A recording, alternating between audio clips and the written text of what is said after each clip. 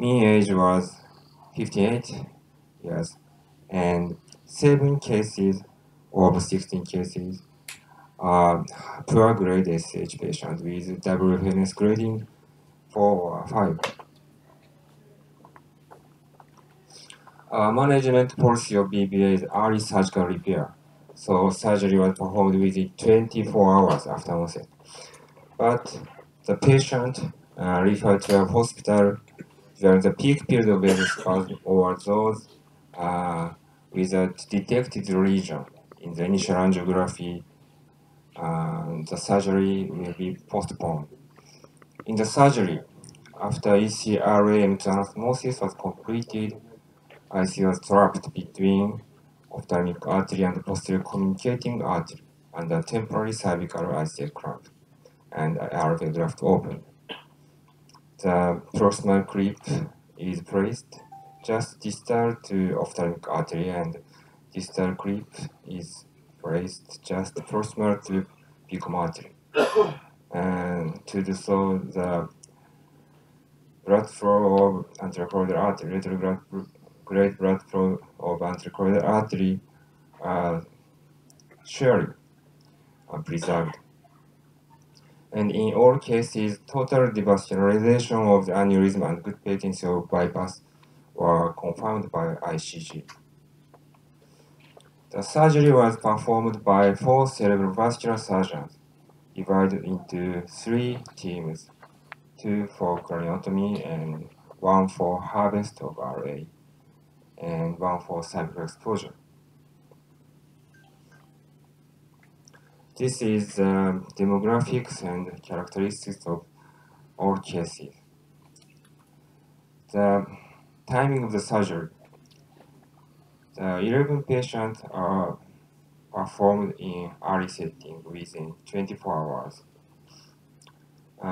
Other patient was performed from day 4, day 3 to day 17. The reason is referred to a hospital during vasospasm period, or the first angiography cannot detect the lesion. The postoperative perforator infarction was occurred in 2 cases, both is infarction of Hoibner artery with infarction, and angiographical spasm were found in 6 cases, but symptomatic vasospasm or delayed ischemic deficit was occurred in only 2 cases. And severe disability was found in 2 cases. One patient is grade 5 SH and one is grade 1 but having severe vasospasm. We have sacrificed pecum artery in 2 cases. The possibility of preservation of pecum is pecum depend on the anatomical position of the pecum origin. And anterior crinoidectomy was performed in 4 cases. I'll show the several cases.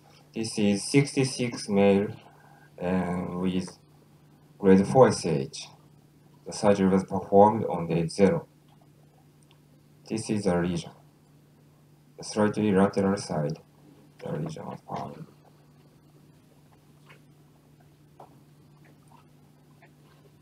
Like this, the craniotomy and harvest of RA and cervical exposure was simultaneously studied. And first, we catch the M2.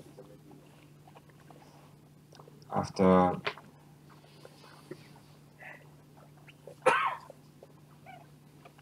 first, we perform the M2 RA anastomosis.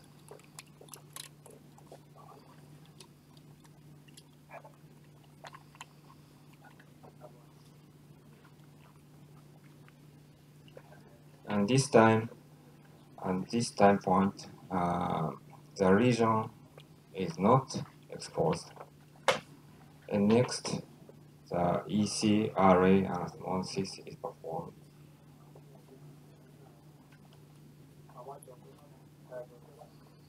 After opening the bypass blood flow, we confirm the bypass patency with ICG and temporarily clamp the cervical ICA.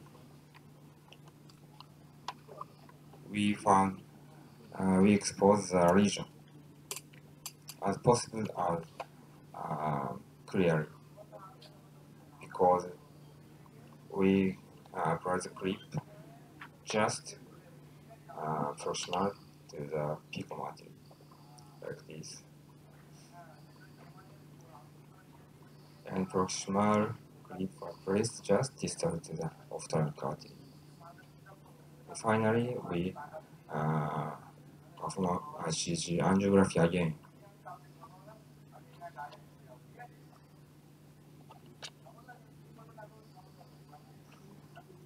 The good bypass patency and revascularization of the aneurysm were confirmed with CT angiography.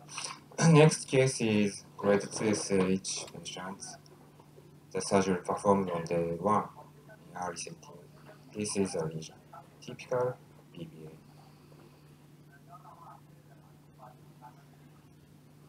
Same read after completing the bypass, the lesion uncapped the thrombosis and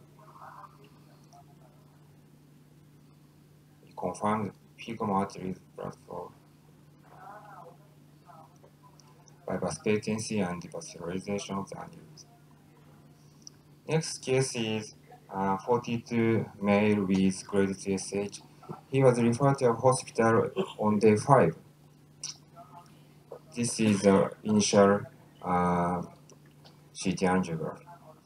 But during the vasospasm period, we postponed the surgery, and during the waiting, the aneurysm grew up in 5 days. So we performed surgery on day 12.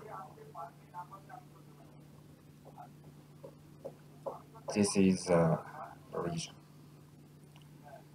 Like the same manner, in same manner, ICG was trapped and confirmed the fecal artery blood flow using ICG with angiography, bypass patency, and the devascularization aneurysm. This is 77 male with grade 1 SH. We performed surgery on day 14 because he has severe vasospasm. So we wait vanishing the vasospasm.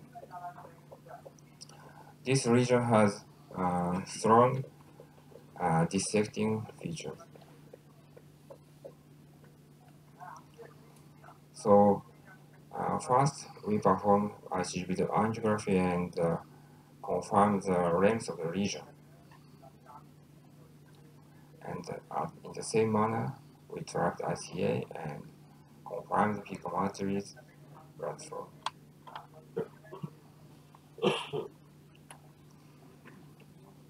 Results: the good acute treatment was performed in 69% in all patients and 100% in poor-grade SH patients, and devascularization of the aneurysm and bypass patency was confirmed in all patients. Post-operative perforated infarction occurred in 2 cases, but infarction in the anterior caudal artery territory did not occur in any cases. Symptomatic vasospasm was found in 2 cases, 13%. It's comparable to the normal clipping surgery. And post-operative rebleeding is not occurred. And favorable outcome was achieved in 88% in all patients and 86% in poor-grade SH patients. The infarct in the territory of pulmonary arteries found in 2 patients. This is 53 female with grade 2 SH. The surgery was performed on day 4. The next day CT scan revealed medial straight artery infarction, like this. Another patient is 40 female with grade 4 SH patient, and surgery was performed on day 0. And next day CT scan showed the same territory infarction. The mechanism is not unclear precisely, but in both cases, interestingly, the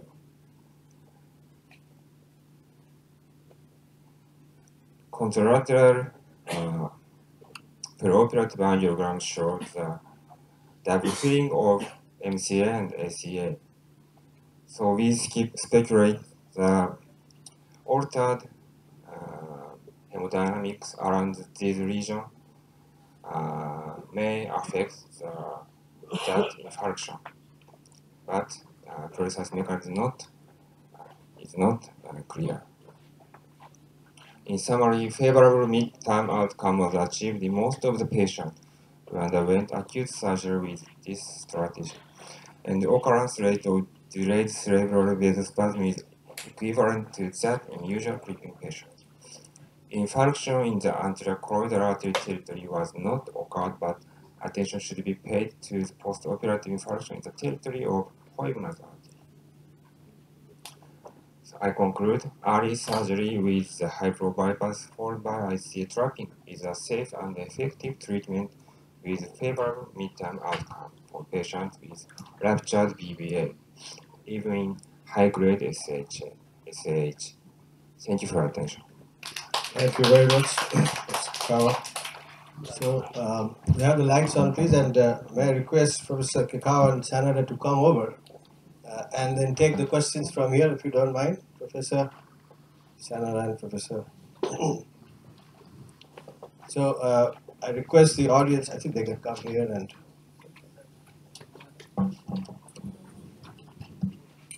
you please join us here. Yeah, maybe good to take questions. Please. More light, put the light on. Thank you. So before I open the talks to the audience, just summarizing Professor Kikawa's lectures, two beautiful lectures, one showing the basic